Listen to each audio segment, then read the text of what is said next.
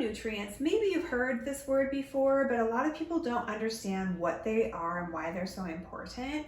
So phytonutrients are actually the teeny tiniest of compounds that come in plant-based foods and all things that we eat, that assist in the bioavailability of the other nutrients in the food. So these compounds are so teeny tiny. A few of them are identified, but many thousands and thousands and thousands are not.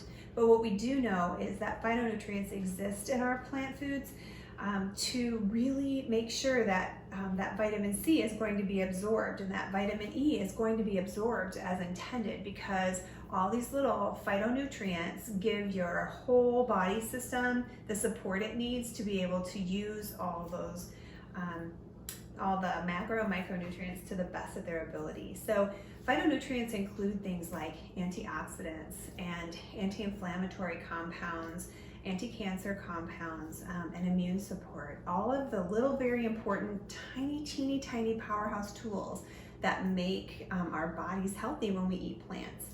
So we're going to demonstrate to you how easy it is to add very good superfoods and phytonutrient foods into your diet. We have 3 recipes today that we are going to share, and they're really very simple. So let's get started.